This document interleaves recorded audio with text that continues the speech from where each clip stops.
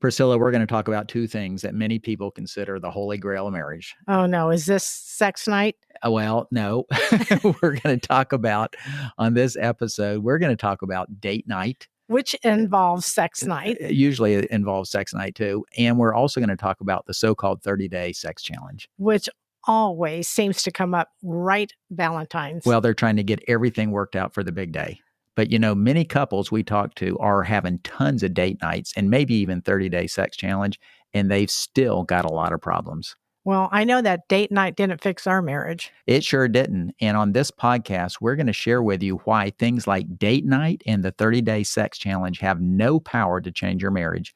And we're going to give you an alternative we think is going to help you much more. Hi, this is Phil and Priscilla Fretwell here with Savage Marriage. We're going to talk about how God is healing and restoring marriages today from betrayal, addictions, and the wounds of their past. And what He did in our marriage, He can do in yours too.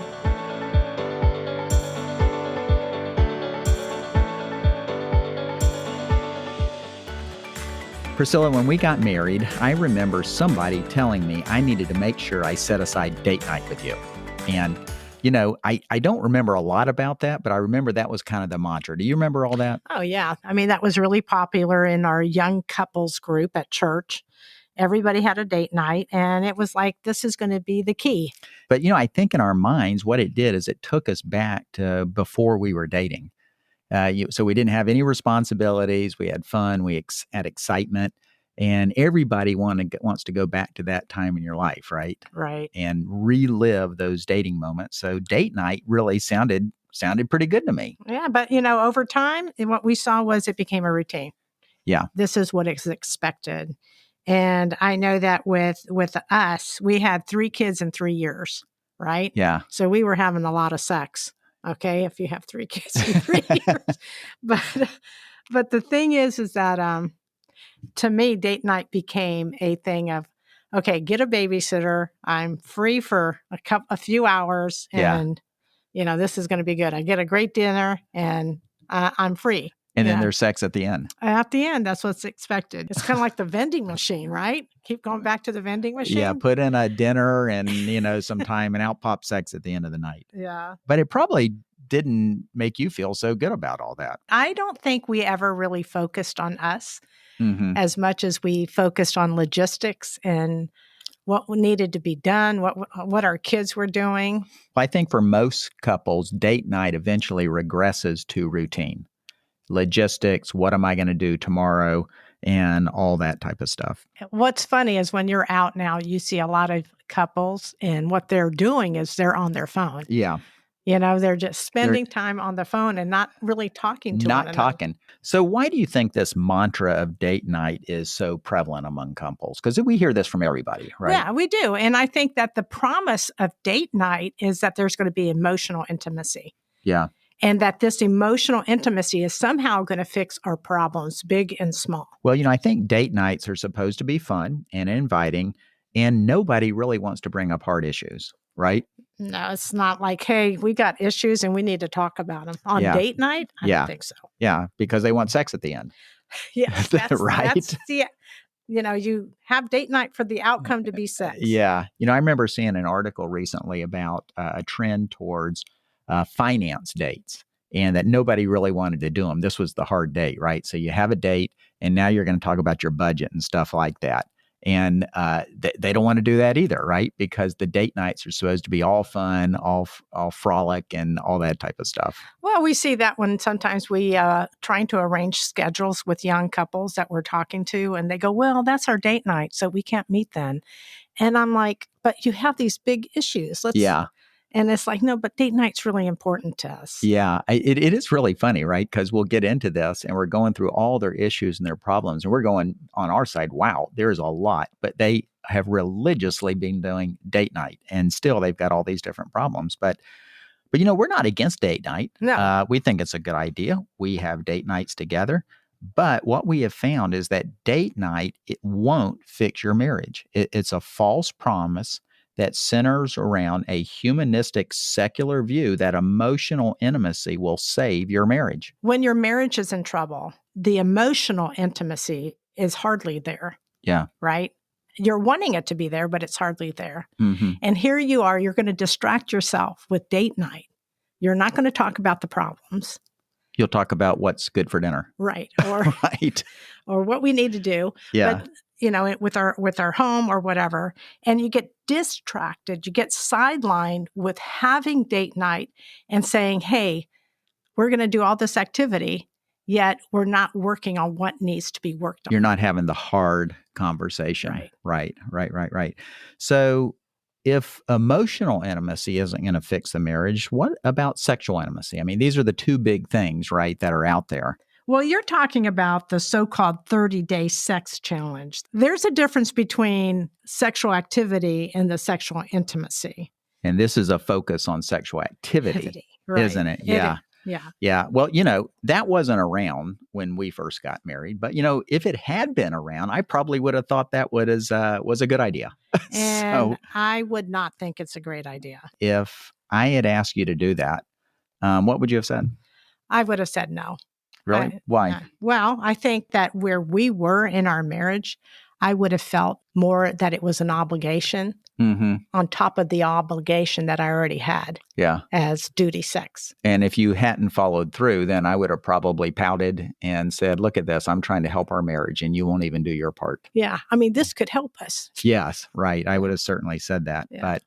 But there is a humanistic secular belief that sex is the fuel for your marriage. And if you believe that, then you will believe that if you have more fuel, you'll have a better marriage. Where do you think that whole thinking comes from, Priscilla? Well, it feels good. I mean, all those hormones in that moment are being released. But what you have is a broken relationship, a marriage that is falling apart. And this is what you're relying on, is the hormones that are being released that make you feel good for an instant, for a short time. But here your spouse is feeling resentment or unforgiveness, and you're trying to do this challenge, this 30-day challenge. So whenever your spouse is feeling the resentment and unforgiveness, and they're kind of being forced into this 30-day challenge, or at least agreeing to it, right? Yeah. How does that make them feel?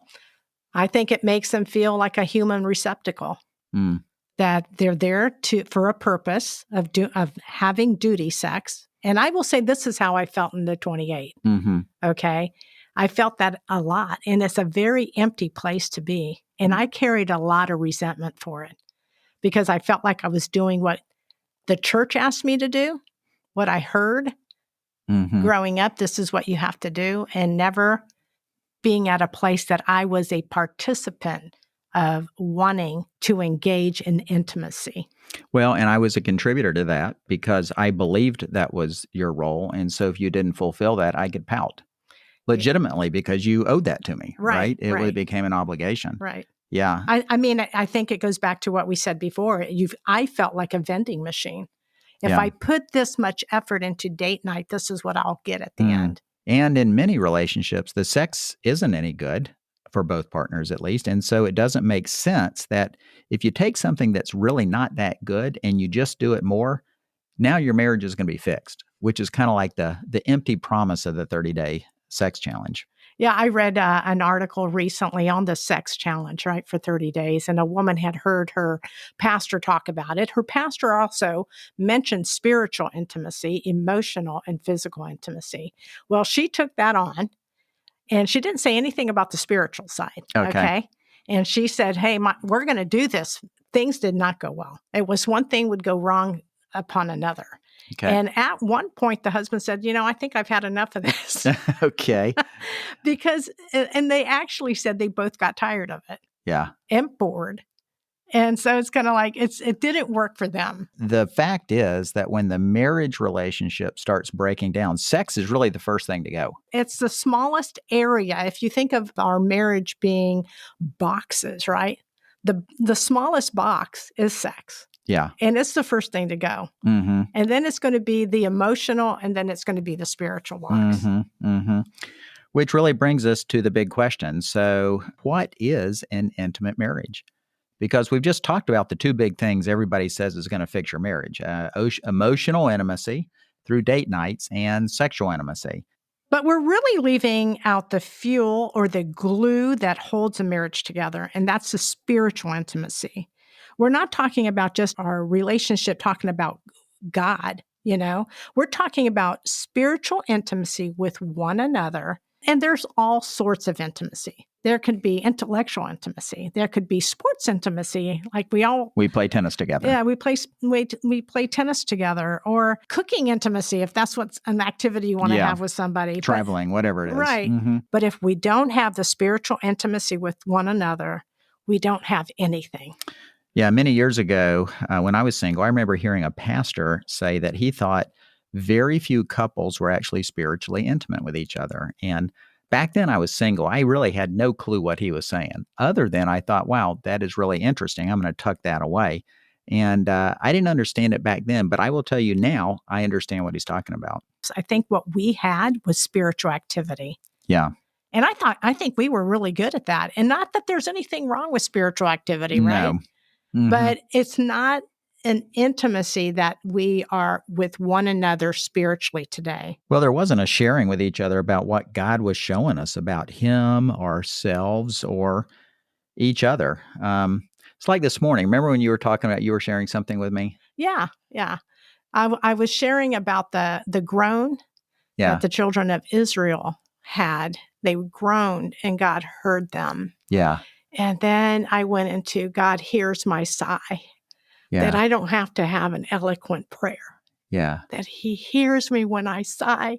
And I thought, that's what I do with my own kids. I hear them sigh and I say, honey, what's wrong? What's going on? Mm-hmm. And that's what God does with us. Hey, my girl, what's going on? Yeah. And that's part of our communication, But even the phrase daily quiet times, that are set up so much in the church has this idea that we do everything alone. It's just you and God. But what changed with us, Priscilla, I think when we read John 17:21 and started understanding what Jesus was praying, because He said that He wanted all of us to be one, just like He was one with the Father. And that really gave us a new point of view on this. And so, in other words, Jesus thought that our horizontal relationship with each other could be like our vertical relationship with Him. And we certainly weren't like that. Yeah, 6.5 years ago, you and I came to a place that we said we have to deconstruct what we have been doing, how we have been walking through this life of having these activities, but there's nothing between us. We had to begin to know each other spiritually. We had a spiritual awakening in us. With each one of us, I think, even after all these years. And so we frequently say for couples in recovery, there's no silver bullet. And people hear us say that all the time. All the time. Like, but if there was, it would be this area of spiritual intimacy. And because it really has been the key to our recovery, because the spiritual intimacy has really led to true emotional intimacy. And then our sexual intimacy has now been an expression of what is already true in our spiritual and emotional relationship. And that has just been dramatically different than where we were for the first 28 years of our marriage. What we discovered is that the whole focus on emotional and sexual intimacy wasn't the key, which everyone was telling us it was the key. Yeah, anybody that we would ask about help, that is where we went on this thing. But the spiritual intimacy has to be the foundation, because there will be days when you've got no emotional intimacy and you have no sexual intimacy. Everything is broken. And if you don't have spiritual intimacy, you've got nothing left after that. If you're banking on emotional and sexual intimacy, you'll eventually run out of gas. Well, we had to trade a study about God for an experience with Him. And that's something that we did together. And this meant that our spiritual activities had to shift. From focusing solely on doing religious activities, Bible studies, missions. Which we were great at. We were. We did all the stuff. Anytime church was open, we were there. Yeah. Okay. And we started to cultivate a spiritual intimacy with one another. And it's interesting that here we have spiritual intimacy, right? Emotional intimacy and physical intimacy. Both emotional and physical intimacy we spend together. Yeah. It's two people. Mm-hmm. Everybody knows that. Everybody knows that. You can't have either one of those things if you're not together. Yeah. But the spiritual intimacy, we actually put in a box that we say, well, I'm going to do this by myself. Yeah. Why is that? Yeah. Why do we as believers say, I'm going to do my quiet time by me? Well, I think that we believe that this thing of spiritual intimacy is just between us and God. Even though Jesus said, hey, I want you to have with each other what you have also with me and what I have with the Father, right? And not only that, but we're one. Yes. Yeah. So why are we separating in this area? Right. When they say that the two will become one flesh, that's an amazing thing. That's a spiritual combination, right? And so we have to cultivate that truth. I think when we describe this to couples, they really struggle to understand what we do together. Yeah. And we want to give you a picture of that so that you can consider how your relationship can shift from date night and maybe the 30-day sex challenge, who knows, to embrace some real spiritual intimacy that can really have a significant impact on your marriage and your life. First, we spend time together every day. Mm-hmm. All right. We set a time, and it's very fluid. It's not prescriptive. And the only thing that is prescriptive, I guess, is that we read the same passage. Yeah. We follow a annual reading plan. A reading plan. We do. And so we do that because then we want to share. We can talk about the same Bible passage. That's right. Yep. And for example, sometimes we listen to a podcast. Yeah. Or we discuss a book. Mm-hmm. Or sometimes I share a song. Today I shared a song. It was upon my heart, and I shared it with you. Yeah. And I loved it. And or we read a card, or we talk about our kids. But a lot of times we're really talking about what is it that God is showing me. Yes. And I want you to know what God has showed me or what he has told me.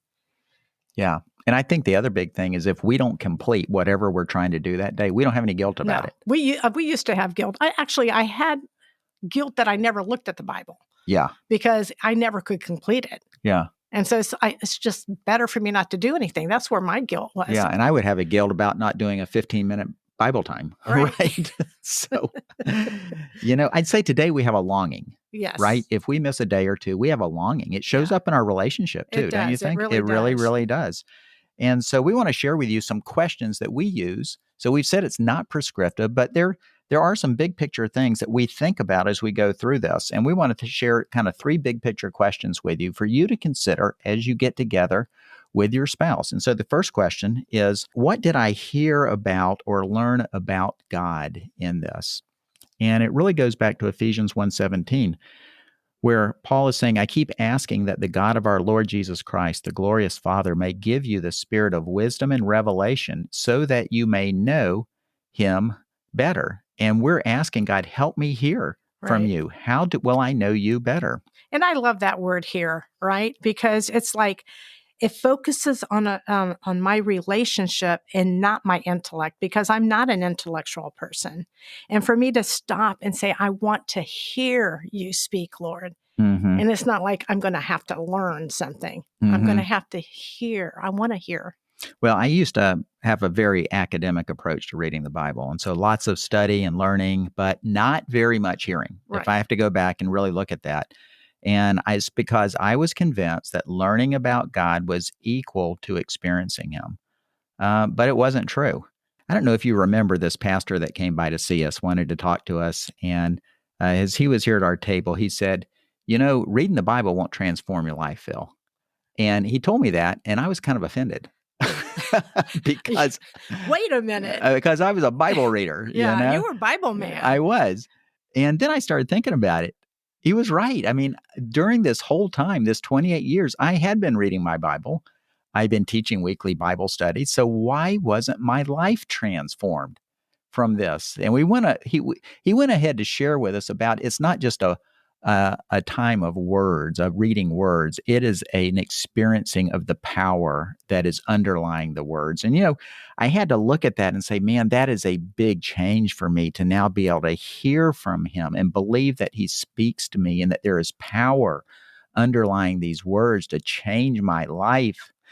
and change the life of people around them. Isn't that good? It's just completely different if we think about that. But that's a big picture question that we think about as we go through. And what am I hearing from God? What am I hearing about him? What am I discovering him? How am I knowing him better through this? And here's the second question, and you kind of hit on it a little bit, Phil, and that is, what did I hear about myself? So not about my spouse. Not about my spouse, no. What is God saying about me? I had to ask God to help me discover who I am in Christ. What areas in my life do I need to open up to you, Lord, to allow you to work? When you think of a house and you think of all the closets and the doors and everything, we have so many in our soul, right? And it's really asking and wanting, God, I want to reveal this to you. I want you to come in and tell me about me, work in me. Well, there's so much to talk about on this one. It could have been that I've never shared an offense, right? Or I've never forgiven somebody, or I've never apologized for something. So all these things are about me that I'm opening up my life and say, God, show me inside. What else is it in here? Or that you've never seen a wound from your past or a lie that you've believed in. And when you see it, you're like, I need to share this with you. I want you to know what's going on in my soul. And it's because in our sharing, we're revealing ourselves to each other. I'm letting you see what's going on inside of me. It's really becoming vulnerable to you. Which has really been the key. Yeah, vulnerable like Jesus. Yes. Because Jesus was so vulnerable. Yes. And, this step will create emotional intimacy that 1,000 date nights would never do. Or even 60 days of sex. I mean, Let's kick it up a notch. Now, let's go for the 60, right? Yeah. So I'm glad we never went down that road. Yeah. Well, me too. And it really brings us to our last question. It's question number 3. It's, what am I understanding about my spouse? And it's not what am I understanding that I can criticize about my spouse. It's that as my spouse is revealing themselves, what am I understanding about them? And it really comes from 1 Peter 3:7 that says, live with your wife in an understanding way. And it means becoming a student of her. You become a student of your wife by listening to her. What is going on with her? What is she feeling? What's on her mind? What is in her heart? We've done this with one another, sitting there in the morning and just revealing to one another what we're going through. And I'm trying to understand who you are. And I would say this is probably the biggest missing component of our relationship during the first 28 years. Of course, I was hiding a whole life during this time, so I guess that's not a big surprise that would have happened. But that's what I think was missing during those 28 years. It's not just husbands. Wives need to know their husbands intimately. Mm-hmm. They need to know what they are thinking. What are they feeling? What are the triggers? So they need to also be a student. They need to be a student of their husbands. Mm-hmm. I think it goes both ways. And the vulnerability is a two-way street. It is. And I think I can now anticipate your triggers and help you work past them. Even in group settings, I will sometimes say, hey, I bet that was a trigger for you. Yeah. Right? Yeah. And that's been really helpful in my emotional healing. And I know it's also the same for you as well. So these are the 3 big picture questions, that we think about as we get together. It's, what am I hearing from God? What am I learning about him? Then what am I learning and discovering about myself? And then what am I learning and discovering about my spouse, or even others around you if you're not married, right? Because it's not just me, it's us. And so that's what we're doing. And as I think back on that, Priscilla, those questions and this time that we are spending together, it's done much more than date night or the 30-day sex challenge could have ever have done. I'm glad that we're down this road together. I'm so glad that we are on a different path today. And I will say that our spiritual life together, our spiritual intimacy, is totally different. Because even now, after 6.5 years, we do have speed bumps. Oh, we do. And the only thing that is the silver bullet is what we have with Christ. That's exactly right. This is Phil and Priscilla Fretwell. Thanks for listening. Our book, Savage Marriage: Triumph Over Betrayal and Sexual Addiction, is now available on Amazon. Follow us on Facebook and Instagram at Savage Marriage Ministries. Also, Join our Savage Marriage community at savagemarriageministries.com. And remember, it's God who is at work in your savage adventure.